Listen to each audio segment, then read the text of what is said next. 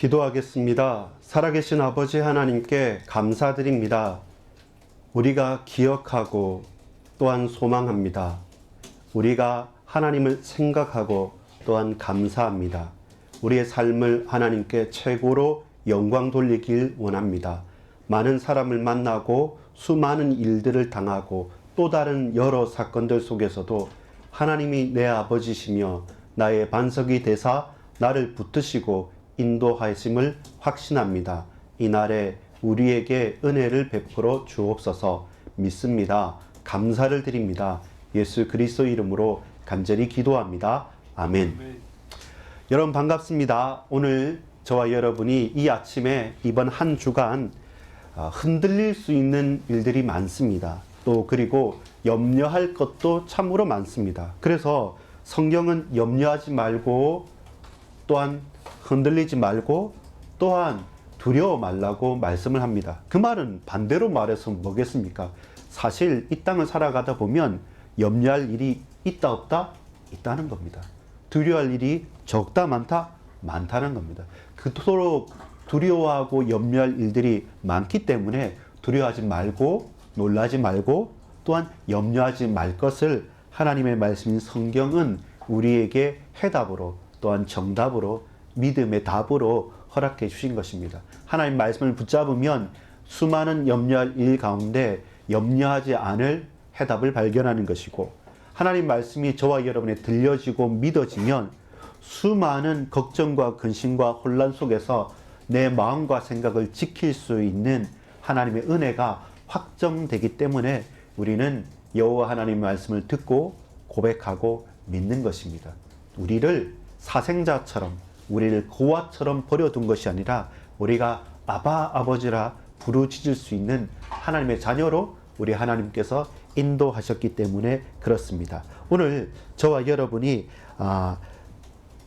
기억할 것이 있고 생각할 것이 있고 질문할 것이 있습니다. 기억하면서 질문을 해야 돼요.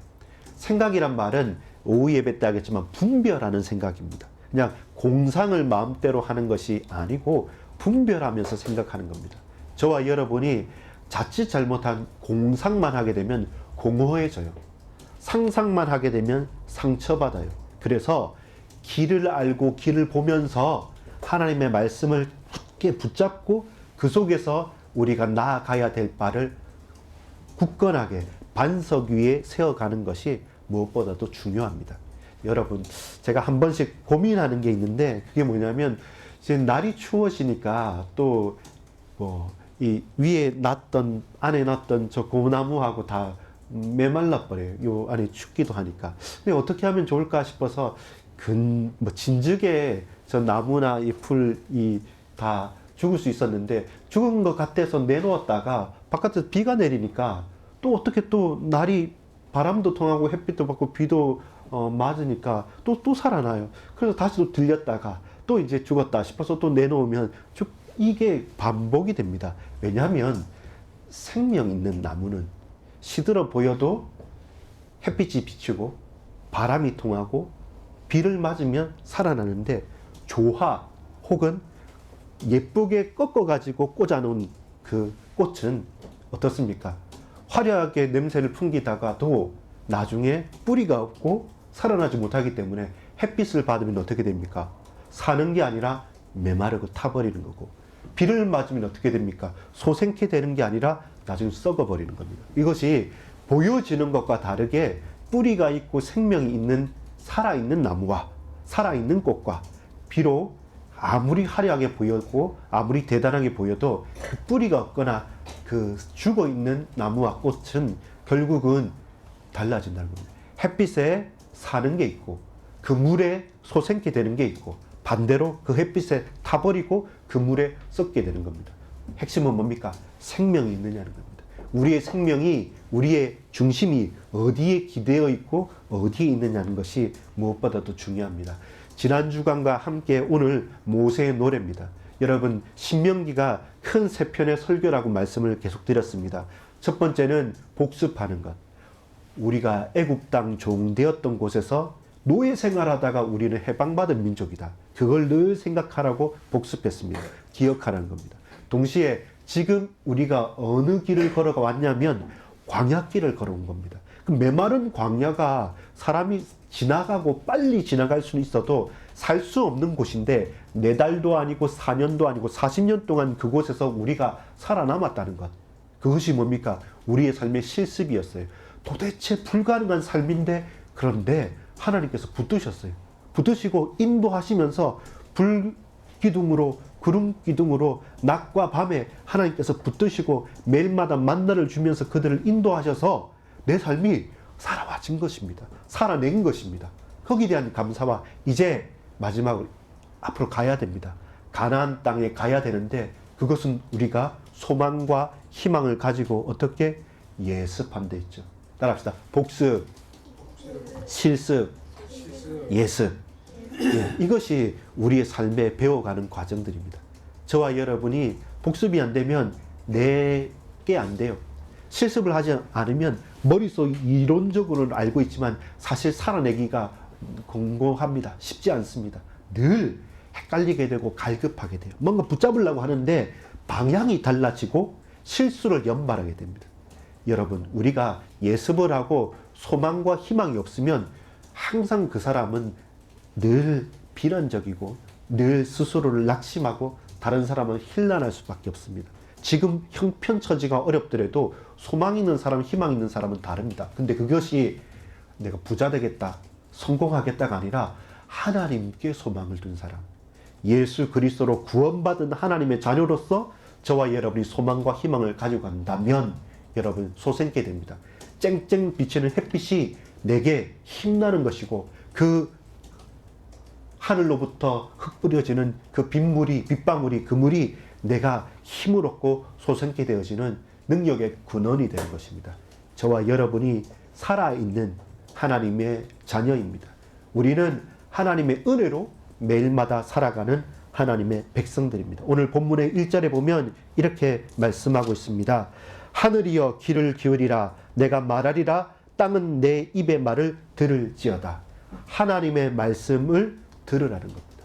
하나님의 말씀을 선포하니 하나님의 말씀을 들으랍니다. 누구에게 말합니까? 하늘이여. 누구에게 말합니까? 땅이여 말합니다. 나는 나의 전능하신 하나님께서 우리에게 말씀하십니다. 하늘을 향해 외치십니다.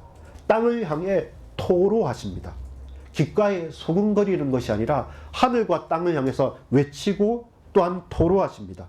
모든 민족과 족속과 열방과 만물들이 다 알도록 그냥 은밀하게 서로 쏙닥쏙닥 하면서 밀실에서 야합하는 것이 아니라 하나님께서 정확하게 분명하게 우리에게 소리치십니다. 누구도 부인하지 못하게 말씀하는 겁니다. 내가 너희에게 말한다. 너희가 못 들었다고 핑계대지 말라는 겁니다. 혹 나는 졸았다. 혹 집안에 열심히 일한다고 나는 들리지 않았다. 나는 깨닫지 못했다고 우리는 부인할 수도 없습니다. 여러분, 하나님은 말씀하십니다. 하나님은 그 말씀을 우리에게 선포하십니다. 우리는 그 말씀을, 그 음성을 들을 수 있습니다. 외면하지 않고 제대로 직면하고 우리의 귀를 열고 하나님께 집중하는 자에게 하나님께서는 우리가 분명히 알도록 하늘을 향해 땅을 향해 외치고 토로하십니다. 어떻게 무엇을 말씀합니까? 오늘 제가 아까 예를 들었던 것처럼 2절에 보면 이렇게 말씀합니다. 내 교훈은 비처럼 내리고 내 말은 이슬처럼 맺히나니 연한 풀 위에 가는 비 같고 채소 위에 단비 같더라. 하나님의 말씀은 들려집니다. 첫 번째, 하나님의 말씀은 선포되었겠죠. 이 선포된 말씀이, 하나님 말씀이 내게 어떻게 해요? 들려지는 겁니다. 어떻게 해요? 비처럼요. 이슬처럼요. 가는 비처럼요. 단비 같은 겁니다. 소생케 되는 거죠. 여러분, 제가 다른 건 몰라도 저희 때 우리 김상원 성도님도 아시겠지만 우리 친구들은 잘 모를 겁니다. 근데 그게 뭐냐면 비처럼 음악처럼이라는 노래가 있습니다. 여러분도 요즘에 보면 유튜브에 많이 나오니까 하는데 김현식이라는 그 가수가 노래를 잘 부르는 사람입니다. 근데 그 가사가 뭐냐면 제목도 그런데 비처럼 비 같은 음악 같은 그때 그 뒤에 나오는 후렴구가 뭔지 압니까? 당신을 생각한다는 겁니다. 오늘같이 비 내릴 때 여러분 나중에 유튜브 한번 찾아보십시오. 운치 있습니다. 아주 서정적입니다. 발라드입니다. 그렇게 센티멘탈해지는 겁니다. 그러면서 뭐냐면 비가 내리고 음악이 흐르면 난 당신을 생각해요. 이런 가사인데 오그라드는 가사입니다. 근데 여러분 비 내리고 음악이 흐르고 당신을 생각하는 게 그 사람만의 감정은 아닙니다.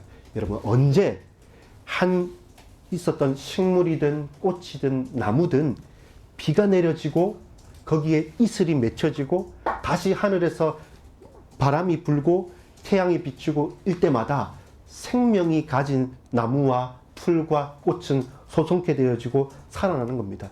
촉촉하게 내려지는 은혜가 되어지는 겁니다. 새벽기도 마치고 저도 늘 여름에는 항상 비 내릴 때는 저 가지고 끙끙대면서 옥상에 올려놓다가 저녁 때 낮에 와서 다시 들였다가 올려놔 들였다가 하면서 키도 크고 풀도 나아지고 죽었다가 또 살아나는 거 보면서 아 이게 부활이구나. 이게 살아있는 거구나. 내 영혼에도 하나님의 말씀이 들려져서 내 영혼에 내 심령에 메마른 내 마음과 생각에 하나님의 은혜가 비처럼 또 하나님의 역사가 이슬처럼 가는 비처럼 단비처럼 임하면 소성케 되어지고 살아난다는 겁니다. 그걸 기막지 말라는 겁니다. 1절 2절에 다시 말합니다. 하나님의 말씀은 하늘을 향해 외치고 땅을 향해 토로된 이 말씀이 가장 필요한 그 풀과 그 나무와 그 땅 위에 비처럼 이슬처럼 단비처럼 가는 비처럼 계속 임하고 있는데 저와 여러분이 거부하지 말라는 겁니다. 계속 완악하게 나는 안 받겠다고 나는 싫다고 나는 내 뜻대로 살겠다고 외치고 길을 막고 그리고 내 입술을 막고 마음을 닫지 말라는 겁니다. 3절에 보면 이렇게 말씀합니다. 내가 여호와의 이름을 전파하리니 너희는 우리 하나님께 위엄을 돌릴지어다. 하나님 말씀을 들으라. 하나님의 말씀이 들려지고 이제 하나님의 말씀을 어떻게 전파하라고 말합니다. 거룩한 이름의 위엄을 전하라는 말입니다. 그 크심과 그 권능을 말하는 겁니다. 그냥 친구들하고 장난치듯이 그리고 농담하듯이 그냥 속닥거리는 또한 징징거리는 그런 원망과 그런 비난과 그런 힐난하는 말이 아니라 우리가 살아나고 우리 삶의 답이 되고 우리에게 힘이 되어지는 능력의 말씀이 내게 선포되어졌고 내게 들려졌기 때문에 저와 여러분 뭐 할 수 있습니까? 이제 나도 이 힘을 얻어서 동일하게 이 하나님의 크신 위엄과 권능을 전파할 수 있다는 겁니다. 압도적입니다. 거부할 수 없습니다. 버틸 재간이 없습니다. 누가 막겠습니까? 하나님 말씀이 내겠다고 와버리는데 마치 우리는 여러분 거미지옥이란 거 압니까? 뭡니까? 파리가 모기가 잠자리 같은 것들 곤충들이 그 화려하게 수놓아진 거미줄 위에 이슬도 있고 여기를 가지고 있으니까 거기 탁 내려앉습니다. 근데 내려앉으면 어떻게 됩니까? 안 떼져요. 더욱더 발버둥 칠수록 막 더 붙어져요. 그럼 거미가 저기서 딱 보고 있다가 따뜻딱 나와서 다시 빙빙빙빙 해서 누에고치처럼 만들어서 나중에는 잡아먹히는 겁니다. 자, 여러분 그런 늑과 같은 거미줄 같은 부분에서 아무리 거미줄이 크더라도 우리 혜민이 은희가 또 제가 거미줄에 걸려 넘어질 수 있습니까? 아니죠. 거미줄에 우린 걸리지 않습니다. 하물며 옛날에 영화 같은 거 보니까 저기 아주 뭐 인디아나 존스나 이런 데 보니까 뭐냐면 그 아마존 밀림 아니라 큰 거대 거미가 있어서 큰 거미줄도 치더라고요. 거기는 사람도 이렇게 또 걸리기도 하던데요. 좋습니다. 그런 거미줄이 있다 손 칩시다. 근데 거기에 여러분 큰 10톤 트럭이 거기에 떨어진다. 그럼 그 거미줄이 감당할 수 있습니까? 불가능한 거예요. 마찬가지입니다. 압도적이라는 거예요. 하나님의 말씀의 선포라는 것은 이 정도면 되겠다. 아니요. 이 정도는 내가 걸려서 넘어지겠다. 이건 도저히 내가 돌파할 수도 없고 내가 치고 나갈 수도 없고 파할 수도 없는 너무 큰 늪과 같고 너무 큰 거미줄과 같아 라고 우리는 생각할 수 있는데 압도적인 1톤, 10톤 되는 큰 돌덩어리가 그 위를 덮치게 되면 검이 질러요. 아니, 뭐 쇠판으로든 콘크리트로든 불가능합니다. 가다란 한 말을 가지고 쾅 내리쳐버리면 아무리 튼튼해 보이는 그 벽돌도 깨어질 수밖에 없습니다. 그것이 뭡니까? 하나님의 위엄이라는 것입니다.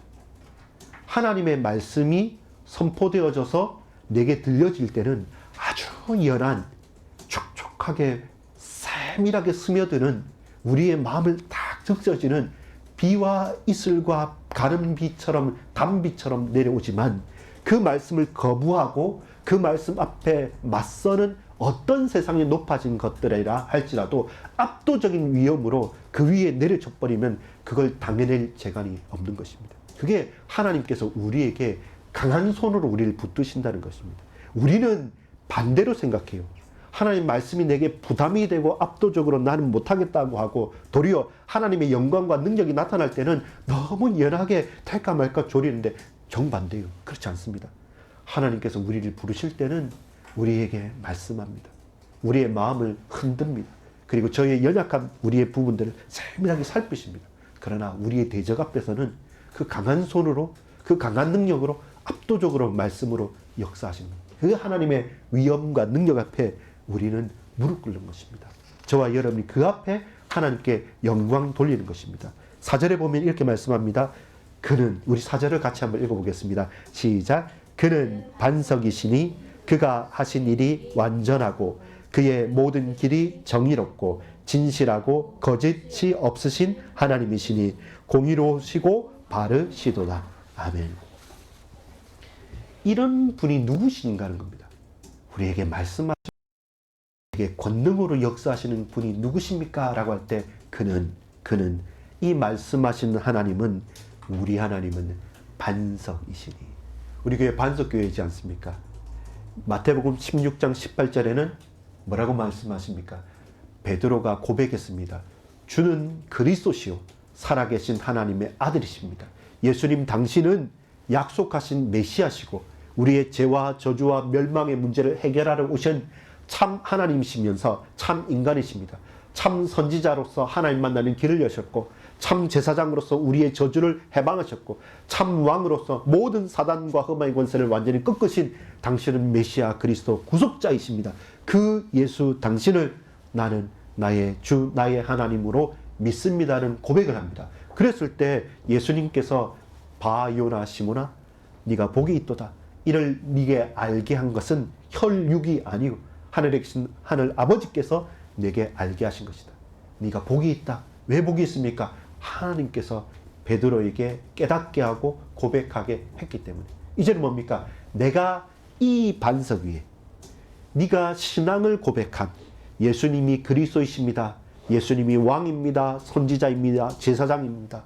예수님께서 나를 구원하신 구속자이시고 하나님 만나는 길이 되신 화목제물 되신 오직 예수 당신밖에 없습니다. 당신이 바로 하나님이십니다. 라는 이 신앙의 고백 위에, 이 반석 위에 내가 나의 교회를 세우겠다. 음부의 권세가 틈을 타지 못하게 내가 역사하겠다. 천국 열쇠를 네게 주겠다. 하늘에서 매인 것이 아니라 네가 땅에서 매면 하늘에서 매일 것이고 네가 땅에서 풀면 내가 하늘에서 풀겠다. 내가 이 열쇠를 너에게 준다. 그것이 어디에? 반석 위에 세운 교회죠. 여러분, 오늘 본문뿐만 아니라 특별히 모세의 노래에서 이 반석이라는 이야기가 계속 나옵니다.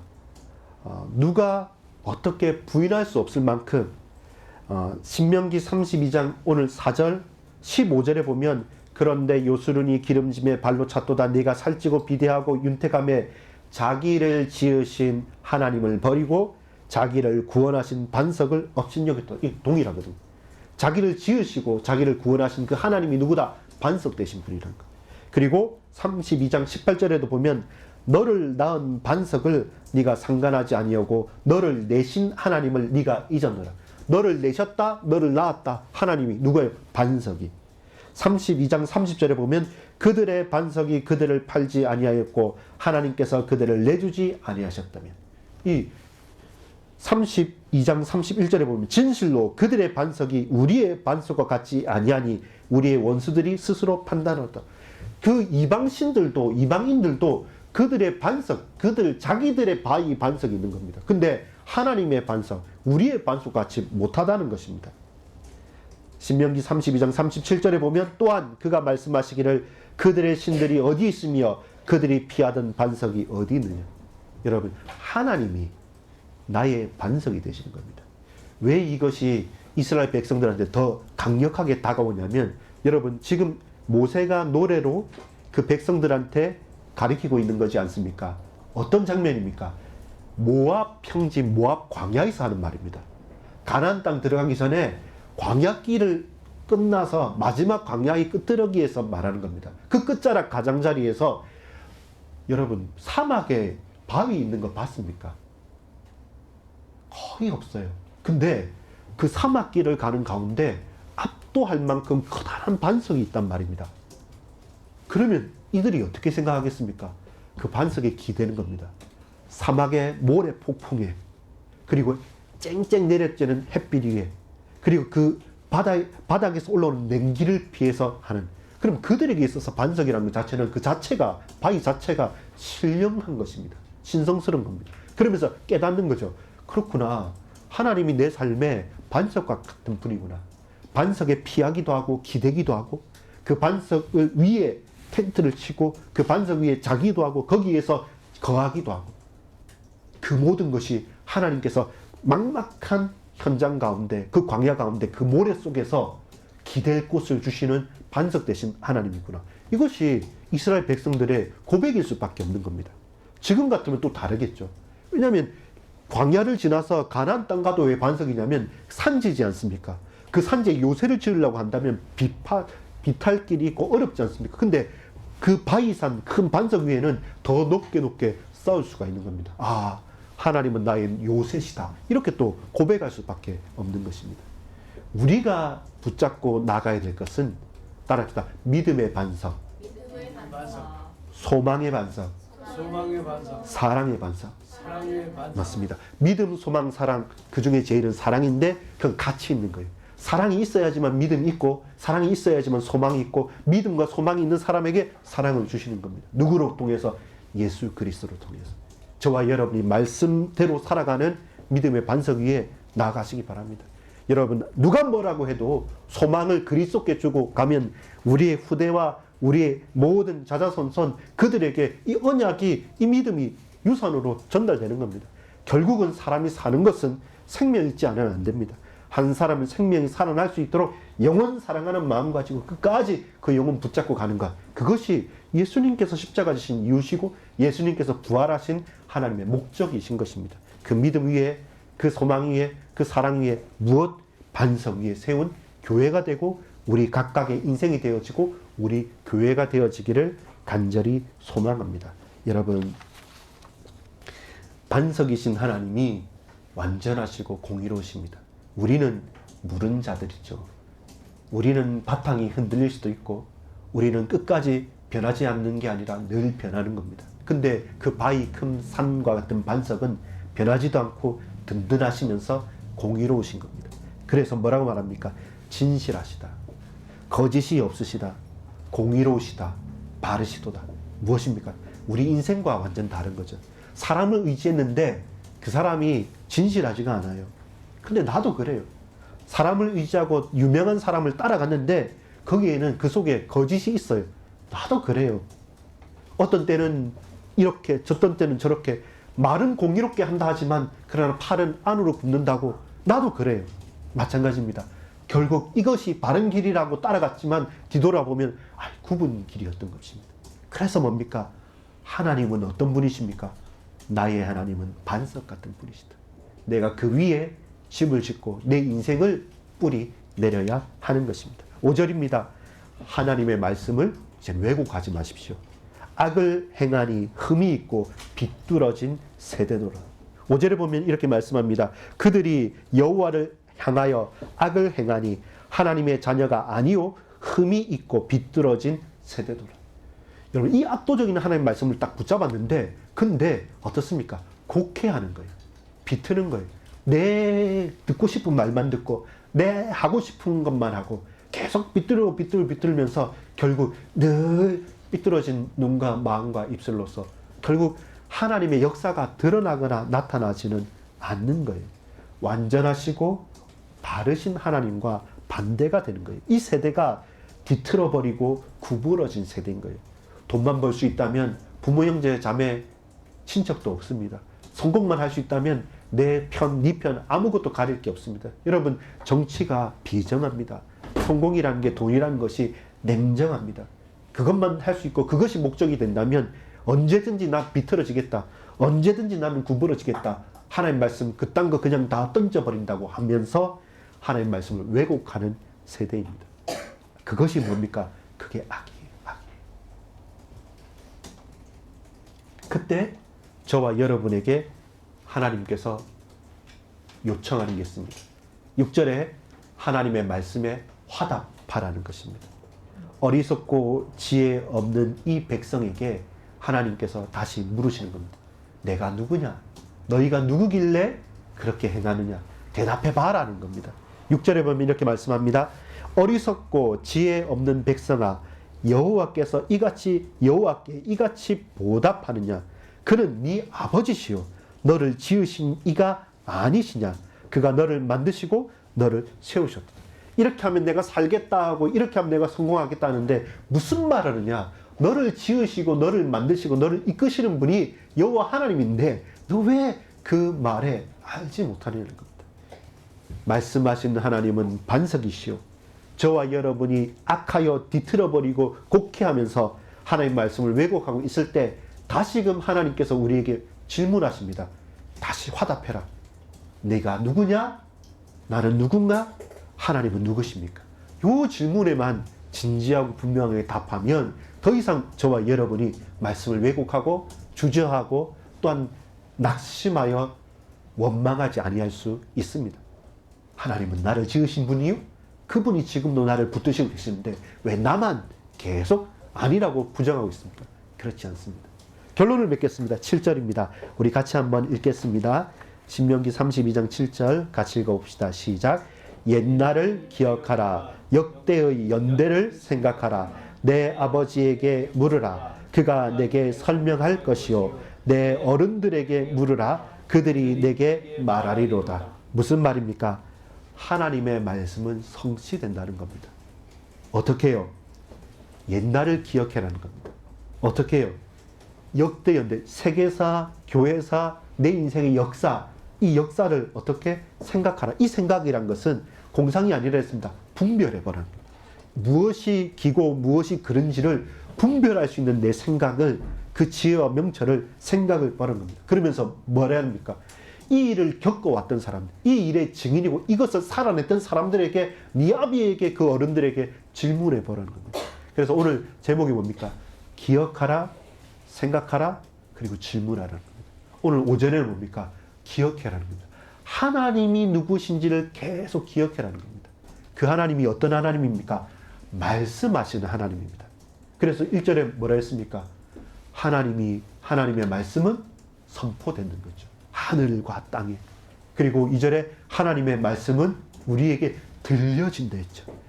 이슬처럼 비처럼 가른비처럼 단비처럼 우리 영혼에 이 말씀이 들려지기만 하면 그러면 산다는 거였지 않습니까?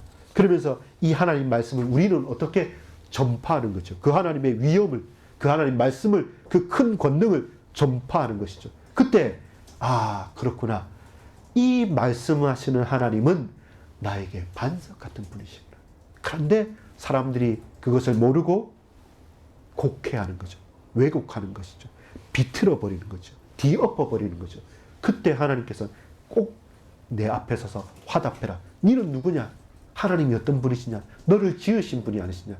딱 한 가지입니다. 하나님의 말씀을 기억하고 하나님의 말씀을 분별하여 생각하고 하나님의 말씀을 질문하십시오. 거기에 우리 인생에 사는 길이 있습니다. 여러분, 이 7절의 역사와 질문의 핵심이 뭐였습니까? 출애굽이었습니다.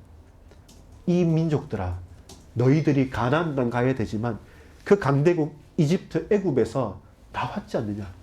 과거가 뭐입니까? 노예였잖아요. 지금 너희는 자유자인데 왜 아직도 나와 있던 그 노예 생활을 계속하려고 하느냐?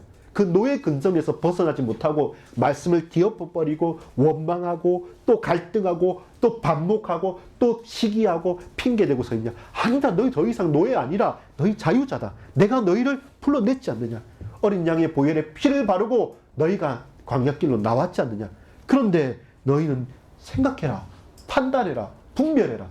이 광야길을 어떻게 인도받아 왔느냐? 이 40년 동안 힘겨운 삶을 어떻게 살아왔느냐? 우연의 일치였느냐? 아니면 누가 대단한 사람이 너를 도와주었고 네가 금수저가 돼서 너희 가정과 가문이 좋아서 배경이 좋아서 살아남느냐? 아니지 않느냐? 분별해봐라는 겁니다. 생각해봐라는 겁니다. 그러면 질문하는 거죠. 그렇다면 하나님, 이제 가나안 땅 가야 되는데, 이제 하나님 약속의 땅에 가야 되는데, 그렇다면 하나님, 내 인생이 이제 이것이 남아있는데 그럼 나는 어떻게 살아야 되겠습니까? 그 질문하는 겁니다. 그게 정직한 질문이고 그게 사는 길입니다. 하나님의 말씀 선포되고 들려지고 그리고 전파하는 것입니다. 그 말씀은 반석이신 하나님이고 더 이상 왜곡하지 말고 그 말씀을 화답하시고 응답하십시오. 그러면 이 말씀을 기억할 수 있고 이 말씀을 생각할 수 있고 이 말씀을 붙잡고 질문할 수 있습니다. 여러분 따라합시다. 믿음의 주여, 온전케 하시는 이인 예수를 바라보라. 믿음의 주여, 온전케 하시는 이인 예수를 바라보라. 예수 그리스도를 붙잡고 질문을 하면 이 말씀이 깨달아집니다. 예수 그리스도의 말씀을 붙잡고 예수님 바라보면서 생각과 분별을 하면 저와 여러분에게 정확한 길이 보여지는 겁니다. 이 말씀을 예수 그리스도를 바라보고 소망하면서 여러분이 질문하면 모든 문이 열려집니다. 문제가 아니라 제자 빼버리고 다 문이 되는 겁니다.